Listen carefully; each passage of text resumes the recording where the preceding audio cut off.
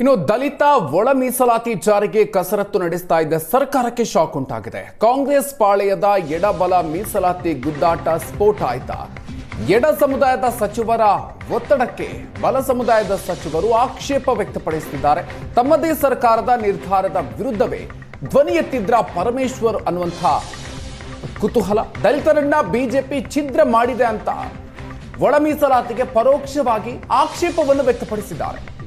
ಛಲವಾದಿ ಮಹಾಸಭಾ ಆಯೋಜಿಸಿದ ಸಭೆಯಲ್ಲಿ ಅಸಮಾಧಾನ ವ್ಯಕ್ತಪಡಿಸಿದ್ದಾರೆ.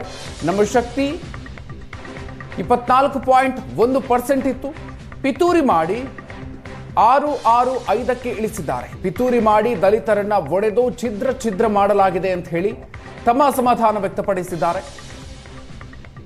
ಬಿಜೆಪಿಯವರು ಇದನ್ನು ಮಾಡಿದ್ದಾರೆ ಅಂತ ಸಚಿವ ಪರಮೇಶ್ವರ್ ಅವರು ಹೇಳಿದ್ದಾರೆ. ತಮ್ಮದೇ ಸಂಪುಟ ಸಭೆ ಒಳ ಮೀಸಲಾತಿ ಸೂತ್ರಕ್ಕೂ ಪರೋಕ್ಷ ಟಾಂಗ್ ಕೊಟ್ಟಿದ್ದಾರೆ. ಒಳ ಮೀಸಲಾತಿ ಜಾರಿ ತೀರ್ಮಾನವನ್ನ ಪ್ರಭಾವಿ ಸಚಿವ ತೀವ್ರವಾಗಿ ಟೀಕಿಸಿದ್ದಾರೆ. ಒಳ ಮೀಸಲಾತಿಯೇ ತಪ್ಪು ಅನ್ನುವಂತಹ ಮಾತನ್ನ ಪರಮೇಶ್ವರ್ ಹೇಳಿದ್ದಾರೆ.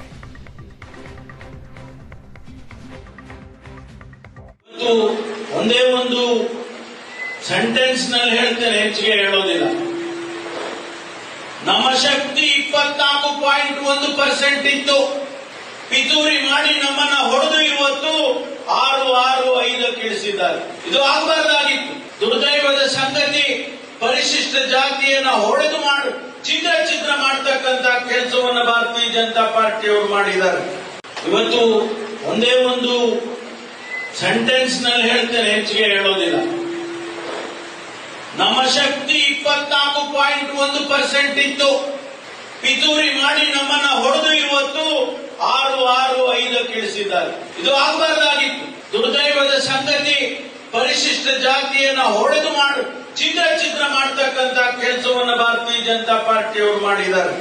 ಇವತ್ತು ಒಂದೇ